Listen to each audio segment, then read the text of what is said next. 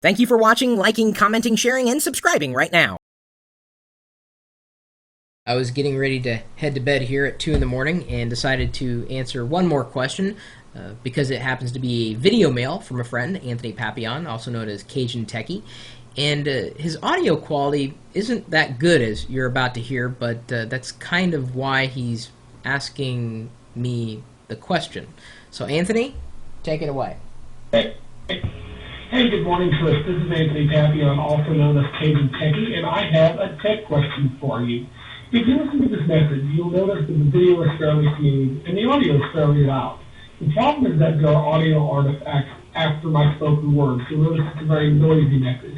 Now, if I record an audio message using my microphone, using a Windows program, there is no background noise at all. It's only whenever I record via Flash applet. So if I go to a website that records audio via Flash, I'm always going to have the weird background noise, but if I use a Windows program, it's not there. Yeah, there's what might be causing this, and it's not just on my laptop. It's on every computer in my house. I'm thinking maybe electrical interference, but I thought I'd go to the master. Have a great day. Anthony, thank you. First, I'm not a master, but I do believe I know the answer to your question.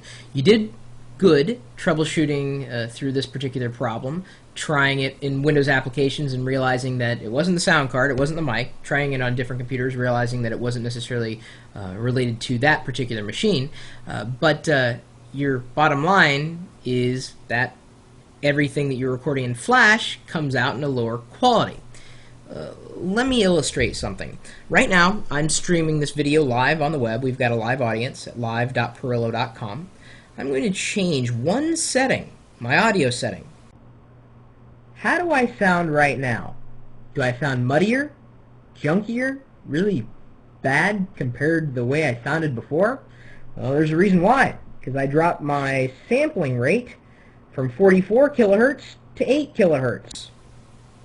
And now when I switch back, nice and clean. By default, Flash apps will record at 8 kilohertz, and they do that because, number one, it saves on file size, and because video and audio can get rather large, having a Flash app on the web for recording, you really don't want it to take a heck of a lot of space or bandwidth. Now, there's a possibility, like I can do inside the Ustream application, for you to change the sampling rate or the quality at which something is recorded, but not all Flash apps have that. The way around that, of course, is by emailing the person who created that app and asking if you can tweak that particular setting, or uploading the video separate from a Flash application. There are a few websites out there, like YouTube allows you to upload a video, which is what we usually do, or create that video inside your browser, live and in real time, but when you do that, you're definitely going to record something in a much substantially lower quality. I mean, you heard the difference in what I'm doing here. The difference is night and day, most certainly. So don't go out, get a new mic. Don't worry about electrical interference. I mean, in this case, it's not really the problem. And maybe, in another few years, Adobe will change their mind and say, you know what, I think we can bump it up to a higher level for a default sampling rate, and give people a much more higher quality experience when recording audio and or video inside the browser. But your video did look good, as you'd pointed out. So video is fine. I just don't know why the audio was set at such a low rate, but ask the person who created the app, and maybe they'll help you around it. So if anybody else has any other audio suggestions, tweaking-wise or making things of higher quality, by all means, suggest away. Always looking for recommendations. You can drop them in the email thread, or email me. It's not really an email thread unless, of course, you signed up for our email list, which we have one, but most people don't know about it. My email address is chris@pirillo.com if you have any recommendations. Of course, you're also welcome to swing by our chat room, where we are streaming live, typically at 44 kilohertz, at least my audio.